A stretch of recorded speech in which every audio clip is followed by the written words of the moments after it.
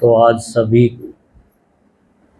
इस संडे को आप एकत्रित हुए हो और आज हमारा साप्ताहिक पाठ्यक्रम का अगला लेसन है शिवरात्रि। हर साल शिवरात्रि दुनिया में बड़े जोर शोर से मनाते हैं। कांवड़ लेके आते हैं, गंगा स्नान करते हैं, व्रत करते हैं, अलग अलग प्रकार की तपस्याएं भोले बाबा को खुश करने के लिए लोग करते हैं। असल में इस दिन क्या हुआ था? कोई कहता है शिव का ब्याह हुआ था, शिव पार्वती का विवाह, उसकी भी यादगार बना रखी। शिव के साथ ही रात्रि शब्द का यूज हुआ है। अब रात्रि का मतलब आम आदमी सोचता है जो जैसे रोज रात होती है, अंधेरा होता है, इस टाइप की बात होगी। लेकिन परमात्मा जब स्वयं इस धरती पे आते हैं और जब उनसे हम ये ज्ञान सुनते हैं तो पता चलता है कि वास्तव में रात्रि जो हम मान रहे थे वैसी बात नहीं, ये तो कुछ और बात है। तो और बात क्या है? तो परमात्मा ने बताया कि इस दुनिया के नाटक में करोड़ों आत्माएं पार्ट बजाती रहती।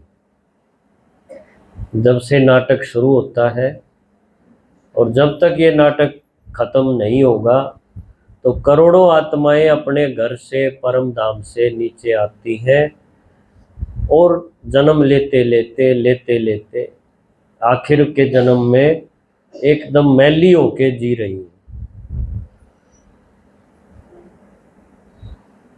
उस समय को कहेंगे रात्रि, क्योंकि आत्माओं में जब शक्ति नहीं रहती, उनमें गुण नहीं रहते, तो उनके कर्मों पे असर आता है।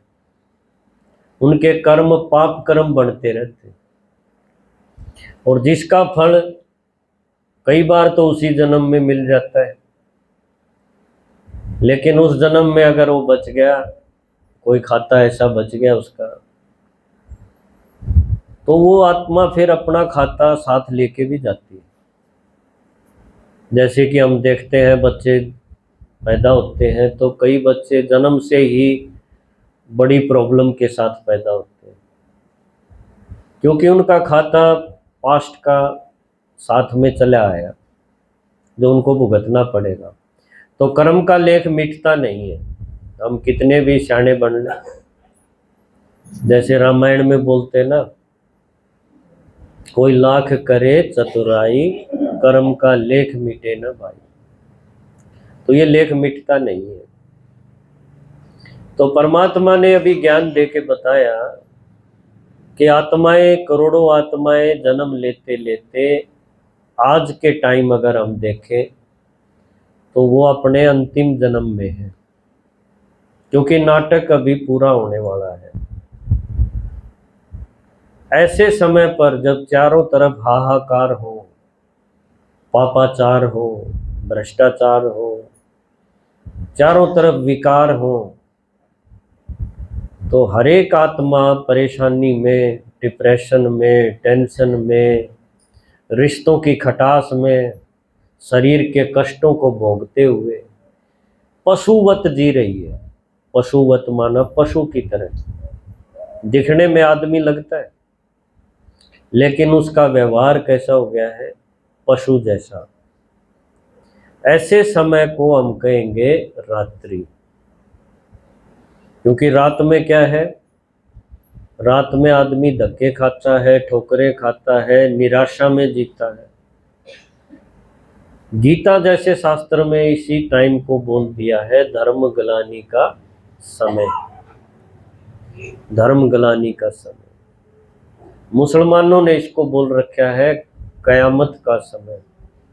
देखो, और सीधी भाषा में आम आदमी बोलता है कि जब पाप का घड़ा भर जाता है तो वो समय अभी चल रहा है। और इससे पहले अगर हम देखें तो इतना बुरा नहीं था जो आज हम देखते हैं ना। और उससे और पहले देखें तो परमात्मा ने बताया कि सृष्टि के आदि में, शुरुआत में इसी धरती पर देवी देवता रहते थे जिनकी आज मंदिर में मूर्तियां बच गई। असल में वो कहाँ गए ये किसी को पता नहीं। तो ये वो समय है जिसको कहेंगे पाप आत्माओं की दुनिया, या कहेंगे दुख का टाइम।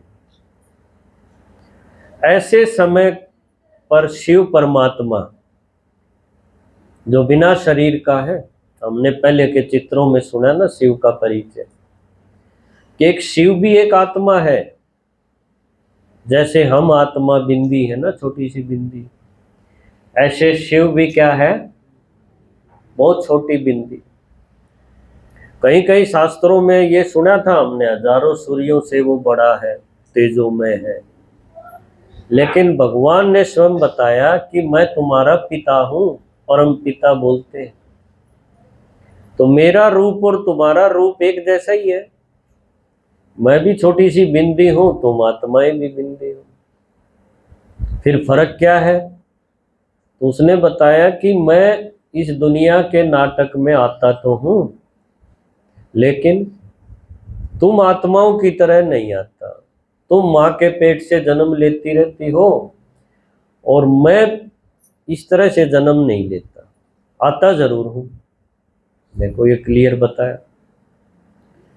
तो कब आता हूं? जब हमने पूछा बाबा आप कब आते हो, तो बाबा ने बताया कि देखो भक्ति में तुमने मेरे यादगार तो बना रखी है, शिवरात्रि।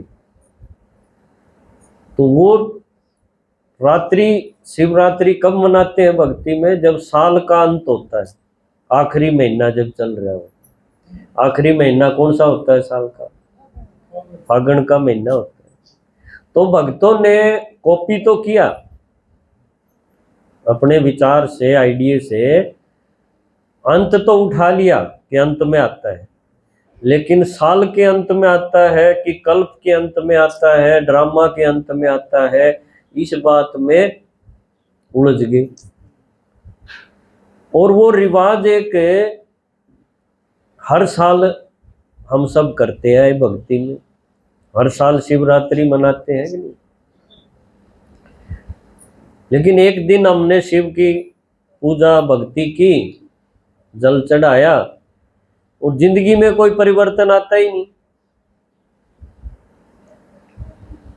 तो आता तो है अंत में ही, लेकिन साल के अंत में नहीं आता। वो बात असल में क्या है, नाटक के अंत में आता है। तो ये नाटक है एक चक्कर में, वहां 12 महीने का चक्कर उठा लिया हमने, है ये 4 युगों का एक चक्कर। तो चक्कर में समझ न होने के कारण हमने जो जितना समझ में आया उस हिसाब से एक रिवाज के रूप में बना दी, और उस दिन शिवरात्रि कर लेते हैं। तो परमात्मा ने बताया ना मैं सतयुग में आता है, ना त्रेता युग में, ना द्वापर में, ना कलयुग में, बल्कि कलयुग के भी आखिर में वो टाइम है जब सारी आत्माएं इतनी दुखी हो जाती है कि उनको कोई रास्ता सूझता नहीं। पाप कर्मों का खाता इतना उनके ऊपर हावी रहता है कि उनकी बुद्धि भ्रष्ट हो जाती है और वो बहुत दुखी होके अपना जीवन बिता रहे हो। तो असल बात तो थी ये रात्रि।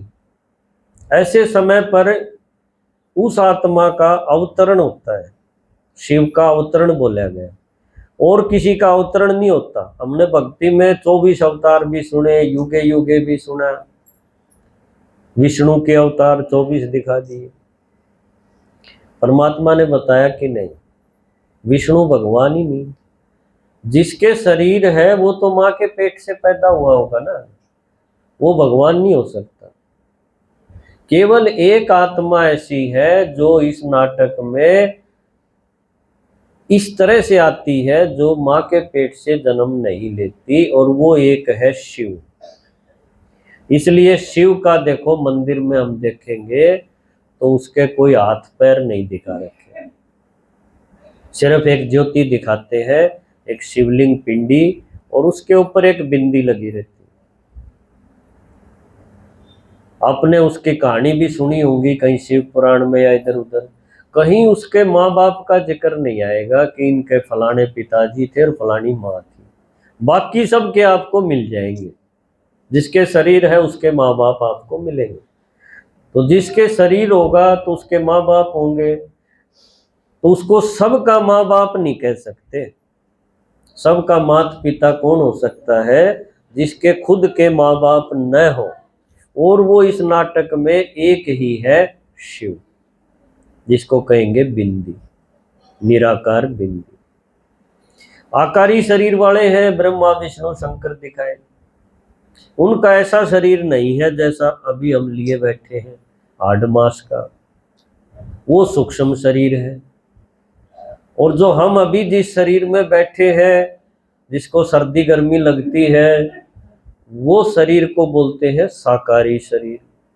तो साकारी, आकारी और आकारी से भी पार जो आत्मा बच गई, केवल आत्मा बिंदी, उसको कहेंगे निराकारी। तो परमात्मा को हमेशा हमने क्या सुना था? निराकार है। पर निराकार का मतलब हमने ये लगा लिया कि वो सब के भीतर है या कण कण में है, सारी प्रकृति में व्यापक है। ऐसी बातों में हम विचार लगा के और उसको मानते आए। परमात्मा ने उन सबको काटा करवा दिया कि ये नहीं है, मैं भी बिंदी आत्मा हूँ, तुम भी बिंदी हो, मेरा भी घर वही परम धाम है और तुम आत्माओं का घर भी वही है। सिर्फ मैं माँ के पेट से नहीं आऊंगा, तुम सारे आओगे। देवताएं भी माँ के पेट से आएंगे, और बाकी जो महात्मा गुरु संत जितने भी हैं, महापुरुष भी हैं, सबका जन्म माँ के पेट से होगा, शिव का नहीं होगा। इसलिए शिव है सबका पिता, माता पिता, उस एक को कहेंगे। और उसका आना होता है जब इस धरती पे, तो ये दुनिया वैसी नहीं रहती। कैसी? दुखों की दुनिया नहीं रहती। फिर इसका बहुत बड़ा परिवर्तन होता है। कितना बड़ा परिवर्तन होता है कि जो आदमी, जो आत्मा 5 विकारों को ये मानती थी कि इनके बिना तो गुजारा नहीं होगा, इनके बिना जीवन कैसे चलेगा, उनके ऊपर वो विजयी हो जाती है। ऐसा ज्ञान, ऐसी शक्ति शिव परमात्मा के अंदर है, और वो हम बच्चों को, हम आत्माओं को देने के लिए इस धरा पर अवतरित होते हैं। तो शिवरात्रि पर हमने देखा भगत लोग क्या चढ़ाते हैं? जल चढ़ाते हैं एक तो, और क्या चढ़ाते हैं? कड़वी चीजें चढ़ाते हैं शिव के ऊपर। और किसी देवता पे, श्री कृष्ण पे कभी कड़वी चीज नहीं चढ़ती, बढ़िया मीठी चीजें चढ़ती। एक शिव के ऊपर ही कड़वी चीजें चढ़ाने का रिवाज है। क्यों ऐसा है? क्योंकि परमात्मा जो हमारा पिता है, वो हमारी सारी समस्याओं को जड़ से खत्म करने की सोचता है, जड़ से। और हमारी समस्याओं की जड़ क्या है? खत्म तो हम भी करते हैं अपने जीवन में समस्याएं। किसी के टोटा है तो वो कमाई में जुटता है, किसी के शरीर में दिक्कत है तो वो क्या क्या योग करता है आजकल, किसी के रिश्तों में गड़बड़ है तो पंचायत का सहारा लेगा, कुछ और सहारा लेगा। हर एक कोशिश तो करता है, लेकिन कितनी कर पाता है और कितनी सुलझती है उसकी। परमात्मा जो शिव है, जो सभी आत्माओं का पिता है, वो इस संसार की सारी समस्याओं की जड़ क्या है, उसको खत्म करने के लिए हमारे बीच में एक बार आता है। हमेशा यहाँ नहीं रहता, एक बार थोड़े समय के लिए वो शिव भगवान प्रकट होता है। और वो समस्याओं की जड़ उसने क्या बताया कि वो समस्याओं की जड़ है कि तुम आत्माएं जन्म लेते लेते विकारों के वश होगी। विकार कौन से? 5 विकार। देखो इस चित्र में दिखाया ना, ये बड़े बड़े नाखून दिखाए हैं और इन्होंने सृष्टि को, ये धरती दिखी ना गोल गोल, इस सृष्टि को पकड़ रखा है ऐसे, जिसको कहेंगे रावण ने पकड़ रखा है। रावण कहो या माया कहो।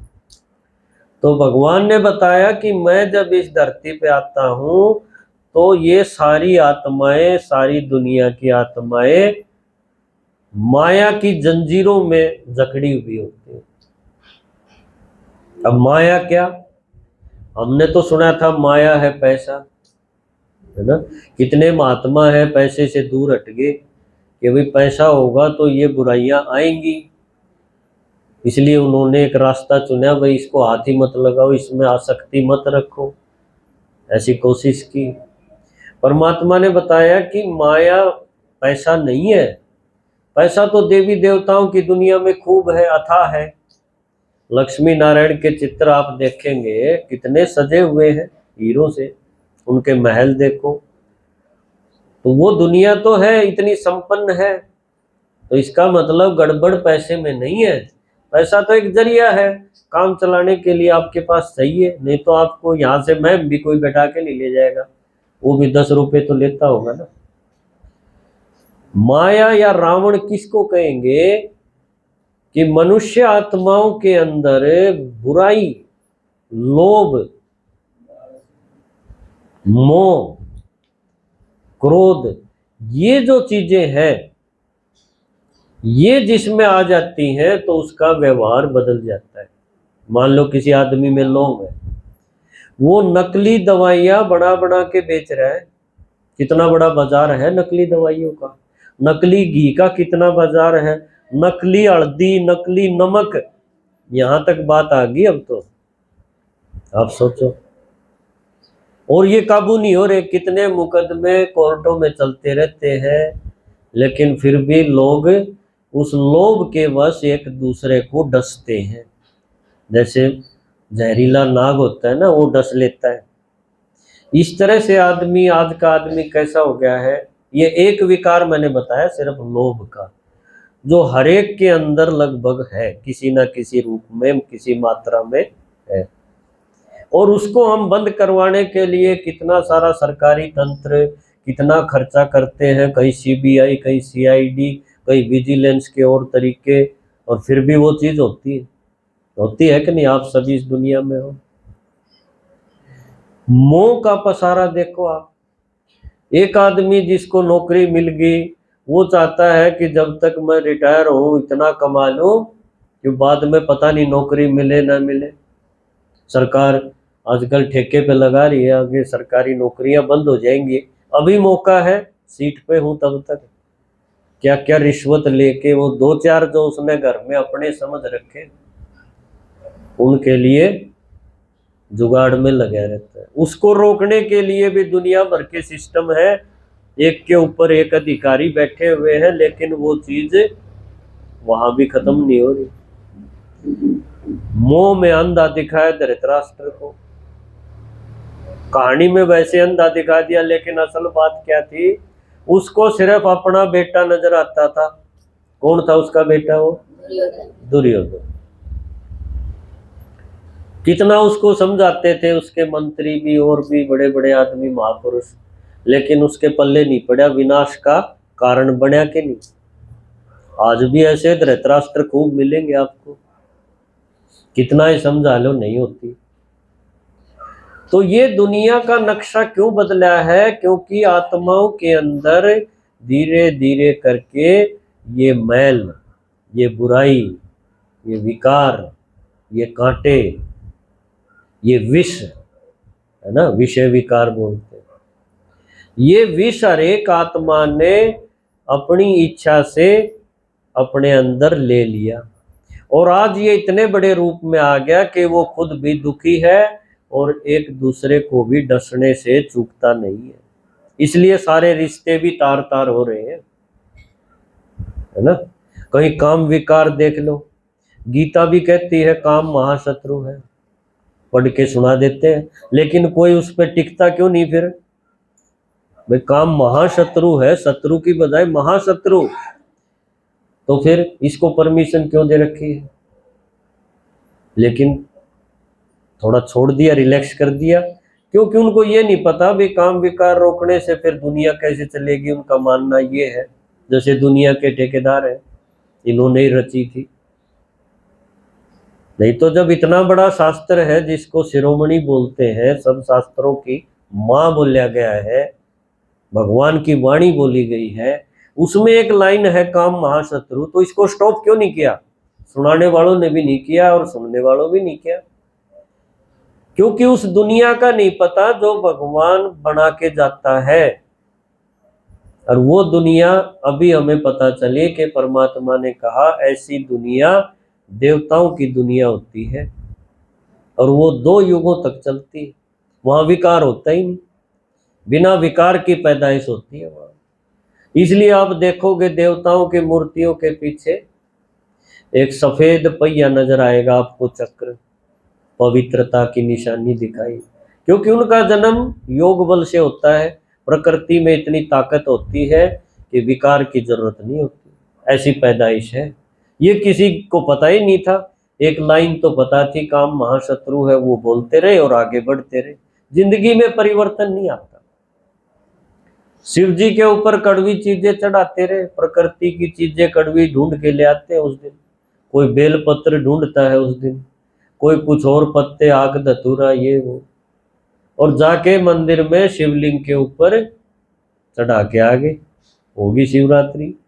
अब शिव जी क्या करेगा इन पत्तों का, इन कड़वी चीजों का, कभी किसी ने सोचा ही नहीं। सोचते हैं भोला है, खुश हो जाएगा इसी में। असली बात क्या चढ़ानी थी, ये विकार, ये बुराई, जिससे हमारा समाज, परिवार, देश, मानवता, सारी चीजों का हनन हो गया, पतन हो गया। वो चीजें चढ़ाने के लिए शिव ने कहा था, और वो कहाँ है, वो तुम्हारे अंदर है, जन्म लेते लेते अंदर आ गई। वो जो बुरे संस्कारों की मिलावट थी, शुद्ध संस्कारों में बुरे संस्कार की मिलावट जो आ गई थी, जो दुखदाई थी हर एक के लिए, वो परमात्मा ने बोला था ये विष, ये विकार मेरे ऊपर चढ़ा दे और तू देवता बन के सुखी रहे। लेकिन हमने किसी भी साल, किसी भी शिवरात्रि में ये काम नहीं छेड़ा, क्योंकि किसी को पता ही नहीं था। अब परमात्मा कहता है कि सारे संसार की समस्याओं की जड़ है ये 5 विकार, ये 5 भूत, जिसको हम मानते हैं ना, मोह के बिना बालक नहीं पड़ेंगे, क्रोध के बिना पड़ोसी जीने नहीं देंगे, पानी नहीं निकलने देंगे नाली का, ऐसा मानते हैं ना। लोभ भी चाहिए, काम विकार के बिना दुनिया नहीं चलेगी, कैसे परिवार आगे बढ़ेगा। ये जो हमने ढाल बना रखी थी, विकार को अपनी ढाल बना के जी रहे थे, परमात्मा का ज्ञान होते ही हमने ये सारी ढाल ओली में फेंक दी। क्यों, गोबर की थी, मीनिंगलेस थी, कोई ताकत थोड़ी थी ऐसी ढाल में। तो इतना बड़ा परिवर्तन इस दुनिया के नाटक में एक आत्मा के नीचे आने से होता है। नीचे तो खूब आई आत्माएं, धर्म पिता आए, महात्मा आए, गुरु गोसाई आए, उन्होंने भी अपनी शक्ति अनुसार थोड़ा थोड़ा रोकने की कोशिश की। जिसने जितनी कोशिश की उतनी उसकी श्रद्धा उसके प्रति बढ़ती चली गई। लेकिन शिव परमात्मा आकर के ये इतना बड़ा काम, पहाड़ जैसा काम, पहाड़ उठाने जैसा काम है, वो एक आत्मा के अंदर इतनी ताकत है कि वो बोलता है अब इस दुनिया में रावण बचेगा नहीं, माया बचेगी नहीं। ऐसी सामर्थ्य, ऐसी ताकत लेकर के वो आत्मा हमारे बीच में थोड़े समय के लिए प्रकट होती। इसलिए शिव को बोला गया है स्वयंभू। स्वयं ही जो प्रकट होता है, उसको पैदा करने वाले नहीं होते, प्रकट होता है। तो वो प्रकट होता है ब्रह्मा की ललाट से। ललाट बोलते हैं माथे को, जहां आत्मा बैठी है भ्रकुटी में, इसी जगह पर शिव परमात्मा, जिसका अपना शरीर नहीं है, न आकारी शरीर है न साकारी शरीर है, एक आत्मा बिंदी निराकार है, वो ब्रह्मा के तन में प्रवेश करके ये इतने बड़े काम को अंजाम देते हैं। और थोड़े से दिनों में इतनी बड़ी दुनिया, देखो दुनिया कितनी बड़ी है, कितनी आत्माएं हैं, लगभग 800 करोड़ मनुष्य आत्माएं हैं। इन सारी आत्माओं को परमात्मा वो ज्ञान सुना के, वो अपनी शक्ति दे के और उनके विकारों को भस्म करता है। और उसका तरीका एक ही है कि ये पांचों विकार अगर आपको जीतने हैं, नई दुनिया सतयुग की तरफ आना है, तो एक ही सिंपल तरीका उसने बताया, कोई लंबी चौड़ी बात नहीं बताई, कि एक तो अपने को जानो, स्वयं को जानो कि मैं शरीर नहीं हूं, शरीर के अंदर बैठी एक ज्योति आत्मा, जो मेरे परिवार के घर के हैं, 4 5 हैं 10 हैं, उनको भी आत्मा समझ के डील करो। फिर आप देखो, न तो आपके अंदर लोभ रहेगा, न आपके अंदर मोह रहेगा, न आपको क्रोध आएगा, न विकार की इच्छा होगी, और आपका जो प्रेम होगा आत्मिक प्रेम में आप आ जाओगे। यानी एक आत्मा का दूसरी आत्मा से जो सच्चा प्रेम है, जिसके लिए गीता में बोला कि भगवान ने वो प्रेम सिखलाया जो देह के आकर्षण से दूर था और जिसकी मानवता को जरूरत थी। आज हम देखते हैं ना, चारों तरफ देह का आकर्षण, देह के संबंधों में आदमी डिप्रेशन में क्यों चले जाते हैं? क्योंकि जो आपके घर में पैदा हो गया, जो आपके घर में ब्याह के लाए हो, उसके साथ आपके विचार नहीं मिल रहे, लेकिन उसके बिना जी नहीं सकते, एक बंधन के रूप में उसको झेलते हैं। तो देह के आकर्षण से सहज मुक्त होने का साधन परमात्मा क्या बोलता है कि घर बार छोड़ के नहीं जाना, इसी दंगल में अपने को खड़ा करके और आत्मिक दृष्टि में रह के, आत्मा समझ के, और बुद्धि योग उस परमात्मा से जोड़ के रखना है। अन्य आत्माओं से बुद्धि योग नहीं जोड़ना, उनके साथ रहना जरूर है, लेकिन कैसे रहेंगे? कमल के फूल की तरह। तो देवताओं के हाथ में दिखाते हैं ना कमल का फूल। कमल के फूल की खासियत ये है कि उसकी जड़ें तो है कीचड़ में, लेकिन वो ऊपर कीचड़ से उठा रहता है, खिला रहता है। तो ये ज्ञान से संभव है, आत्मिक दृष्टि से ये संभव है, नहीं तो आप कीचड़ में धंस जाओगे। तो हम आज की दुनिया में कैसे रहेंगे? आत्मिक भान में रहेंगे। मैं आत्मा, ये पोता भी आत्मा, ये बेटा भी आत्मा।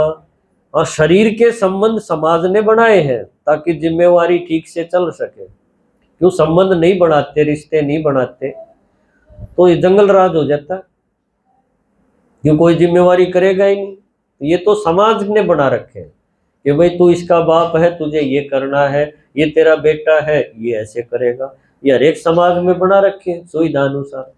लेकिन मूल रूप में तो क्या है? हम सभी आत्माएं तो है, और नाटक के रिश्ते हैं ये।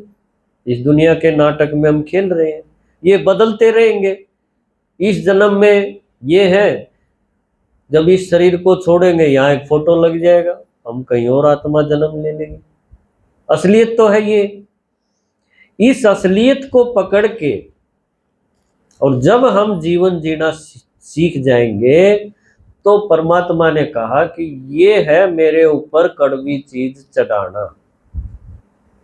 क्योंकि कड़वी चीज पैदा क्यों हुई थी? जब हम देह के प्रति, देह के रिश्तों के प्रति आकर्षित हो गए, उनको अपना समझ बैठे यहां से कड़वाहट शुरू हुई थी, लगाव से कड़वाहट बढ़ती है। तो शिव परमात्मा ने आकर के बताया कि ये सारी चीजें जो तुम्हारे अंदर है, कड़वी चीजें हैं, क्रोध की, लोभ की, इनको आत्मा समझ के और मेरे ऊपर ये चढ़ा दो। ये चीज अगर हमने हर साल की होती, मान लो एक साल हम सोचते कि आज शिवरात्रि पे क्रोध दे के आऊंगा बाबा को, है ना, वो फूल पत्ते नहीं, उनका क्या करेगा भगवान? क्रोध मैं आज के बाद नहीं करूंगा, कुछ भी हो जाए क्रोध नहीं करना। देखो, आप ये समझ लो कि उस आदमी के अंदर, उसके व्यवहार के अंदर इतना सुंदर परिवर्तन आएगा कि जो उससे दूर भाग जाते थे, रिश्तेदार भी, घर वाले भी, अड़ोसी पड़ोसी भी, क्यों पता नहीं क्या बोल देगा गुस्से में, है ना, वो उसके नजदीक आ जाएंगे और वो उसको चाहने लगेंगे। इसी तरह लोभ है, अगले साल हम मान लो लोभ को पकड़ लेते कि क्रोध की तो गर्दन काट दी, इस बार लोभ का नंबर है, ये लोभ नहीं करूंगा चाहे कुछ हो जाओ। लाभ और लोभ में फर्क है, लाभ तो ठीक है, लोभ थोड़ा आगे बढ़ जाता है। इसी तरह और विकार है।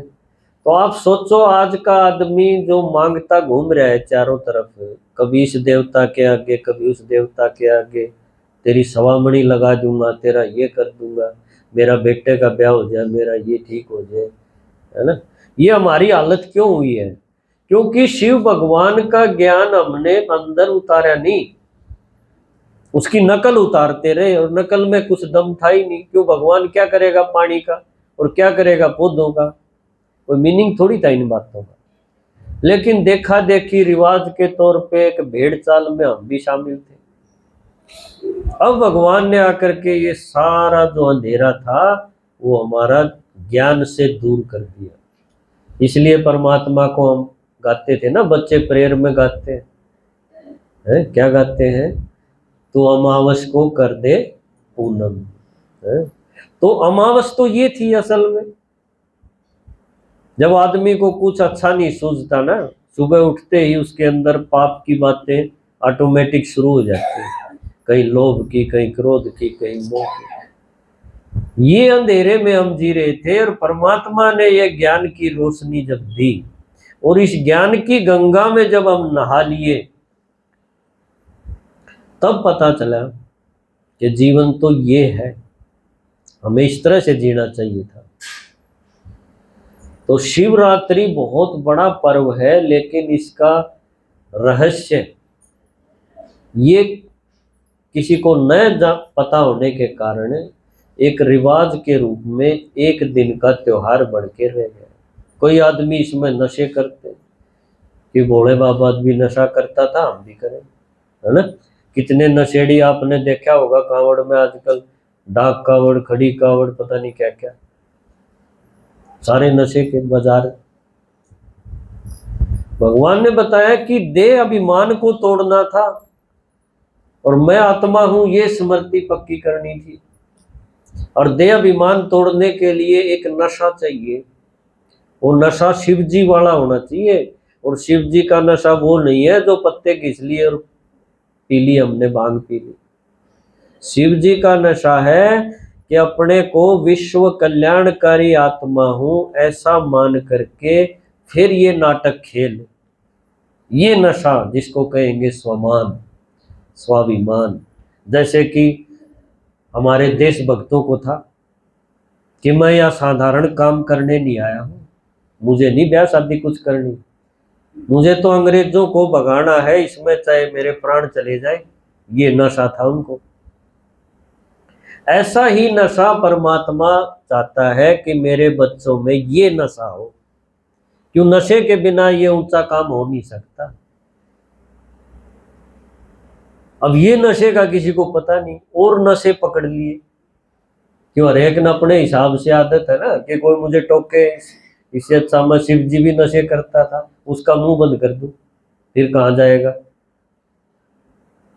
तो शिवरात्रि के जो रिवाज बनाए हैं, असल उनका पता चले ना कि कौन सी कड़वी चीज थी, कौन सा नशा था, रात्रि का क्या मतलब है। तो मैं समझता हूँ ये बात अगर कोई ध्यान से इस चीज को समझ ले तो ये दुनिया का नक्शा ऐसा बिल्कुल नहीं रहे।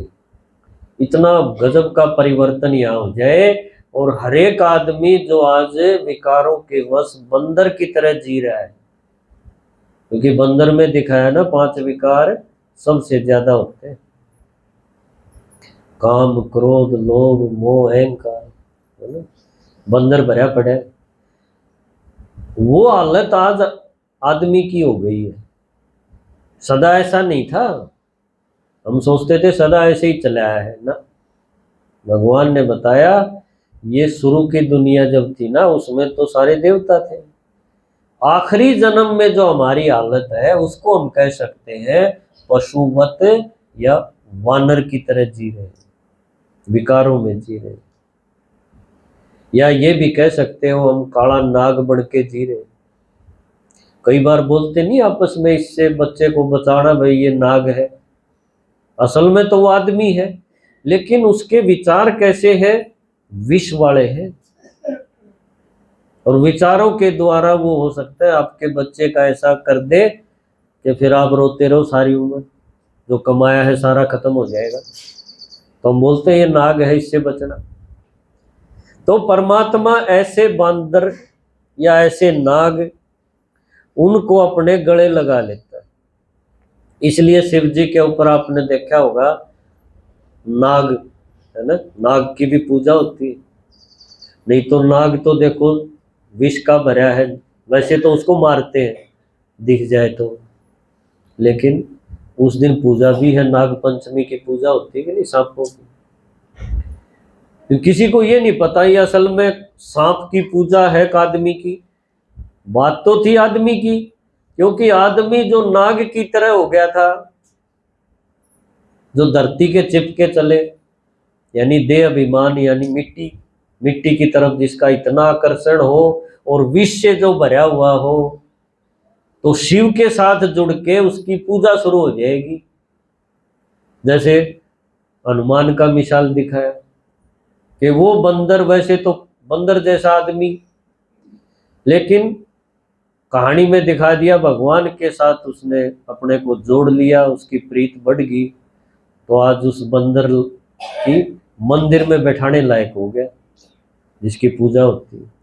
तो ये सारी कहानियां भी क्या बताती हैं कि जिसने भी भगवान के इस काम में, विकारों को भस्म करने में जो उंगली लगाई, इस गोवर्धन पहाड़ को उठाने में, उसकी परमात्मा के साथ अलग अलग रूप में पूजा शुरू होगी।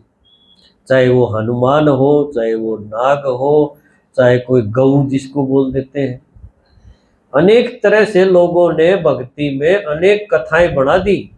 और बाद में ये सूत उलझता चला गया कि असली बात कौन सी थी। भाई नाग थे, एक बांदर थे, एक आदमी थे, एक बलद था शिव जी के स्वामी, यह बात उलझ गई। और कई बार तो ये लगने लगा कि भगवान कई बार आया होगा, क्यों कथाएं इतनी बना दी, अलग अलग तरह की बना दी। लेकिन पता चला अभी कि भगवान तो एक ही बार आया था और उसने इस रात्रि को उजाले में बदल दिया था, दुख की दुनिया को सुख की दुनिया बना दिया था, नरक को स्वर्ग बना दिया था, हेल को हेवन बना दिया था। देखो, रावण राज्य को राम राज्य बना दिया था। ये परिवर्तन किया था भगवान ने। इसमें जो उसके साथी बन गए उनकी भी भक्ति शुरू होगी फिर। इसलिए मंदिर में देखो बीच में शिवलिंग मिलेगा और चारों तरफ शरीर वाले मिलेंगे, जो शरीर वाले हैं हमारी निशानी, हम आत्माओं की। और बिना शरीर का जो अवतरित होता है वो जन्म नहीं लेता हमारी तरह, लेकिन उसके बिना इतना बड़ा काम हो ही नहीं सकता। कोई आत्मा में, देव आत्मा, महात्मा में ये इतनी ताकत नहीं होती, इतना बड़ा ठेका कोई उठाता नहीं। तो शिवरात्रि बहुत गजब का त्योहार है और इसको हमें इस रूप में मनाना चाहिए, क्योंकि भगवान एक ही बार आता है और वो है शिव, उसी का एक का अवतरण होता है। और जितने भी हमने कथाएं सुनी है वो किसी ना किसी रूप में यही बात को दिखाती है कि विकारों को भस्म करो, क्योंकि विकार असली जड़ है विकार, और उसका भी तरीका है अपने को आत्मा समझो। ये पहला पाठ जो हमने सीखा था ना आत्मा का, क्योंकि आत्मिक स्मृति के बिना, नाभि में तीर मारे बिना रावण खत्म नहीं होगा। उसका सिर आता रहेगा, कभी लोभ का कभी क्रोध का। आज क्रोध को खत्म किया, 2 दिन बाद फिर नया सिर आ जाएगा क्रोध का। आत्मिक स्मृति को अपनाने से, भगवान से जुड़ने से वो सिर आने बंद हो जाएंगे। संपूर्ण परिवर्तन इस तरह से हो सकता है। ठीक है, ओम शांति।